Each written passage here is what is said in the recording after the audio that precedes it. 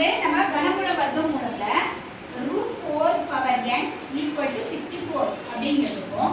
Cube root of 4 power n equal to 64 என்ன மதிப்பு வரும் அப்படிங்கிறத நம்ம கண்டுபிடிக்க போறோம். ரெண்டுக்கு என்ன வித்தியாசம் அப்படிங்கிறத தெரிஞ்சுக்கணும்.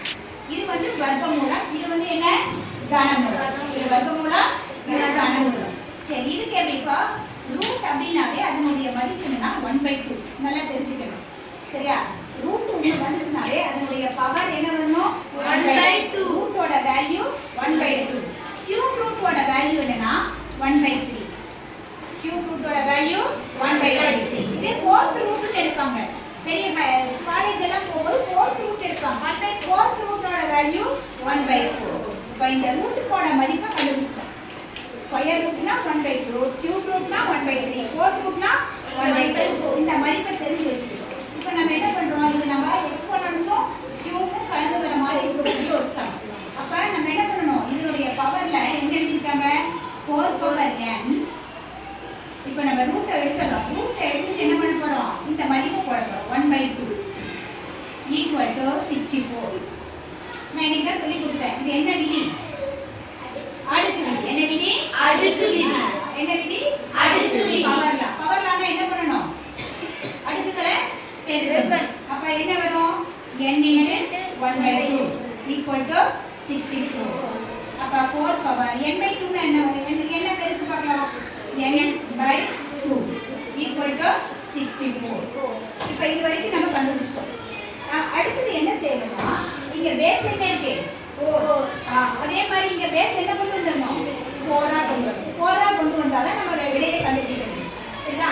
அப்போ 4 பவர் n/2 64 4 பவர்ல எழுதணும். 64 னா 4 பவர்ல எழுதுனா என்ன வரும், 4 4s are 16, 16 4s are 16 4s are 64. அப்ப 4 பவர் என்ன வரும் 4 பவர் 3, 4 பவர் 3. அப்ப இப்ப பேஸ் 2 ஈக்குவலா இருக்கா, பேஸ் 2 ஈக்குவலா இருந்தா பவர் 2 எப்படி இருக்கும், ஈக்குவலா இருக்கும். இது ஒரு லா, இது ஒரு விதி. if base is equal the power also equal. சரியா? பேஸ் வந்து சமமா இருக்கும் பொழுது அதனுடைய அடுக்குகளும் என்ன இருக்கும், சமமா இருக்கும். அப்ப அடுக்குகள் சமமா இருக்குன்னா n/2 = 3. அப்ப என்னோட மதிப்பு மட்டும் வேணுமா, அந்த 2 அந்த சைடு போகும்போது என்ன ஆகும் 3 = 2 ஆகும். அப்ப n = 3 2s are 6. அப்ப என்னோட மதிப்பு என்ன 6. இது ஸ்கொயர் வேல்யூல. இதே கியூப் வேல்யூல என்ன மதிப்புன்னு கண்டுபிடிப்போம். சரியா? இப்போ கியூப்க்கு என்ன மதிப்பு, cube root of 4 power n = 64 அப்படிங்கிறது என்ன மதிப்பு அப்படின்னு கண்டுபிடிப்போம். அதே 4 பவர் n கியூப் ரூட்னா என்ன பண்ணுவோம் 1/3 = 64. அப்போ 4 பவர் இத பெருக்கணுமா, 4 பவர் n = 1/3 = 64. 4 பவர் n/3 இத பெருக்கிட்டோம்னா என்ன வரும் n/3 = இந்த 64 என்ன எழுதலாம் 4 பவர் 3 எழுதிக்கலாம். இப்போ இது ரெண்டு ஈக்குவலா இருந்தா பவர் ரெண்டு ஈக்குவலா இருக்குமா, அப்ப n/3 = 3. அப்ப n மட்டும் வேணுமா, இந்த 3 அந்த சைடு போனா என்ன ஆகும் மல்டிப்ளை பை 3 ஆகும். அப்ப n = 3 3 சார் என்ன 9. அப்ப கியூப் ரூட் ஆஃப் 4n அப்படினா என்ன மதிப்பு வரும், என்னக்கு 9.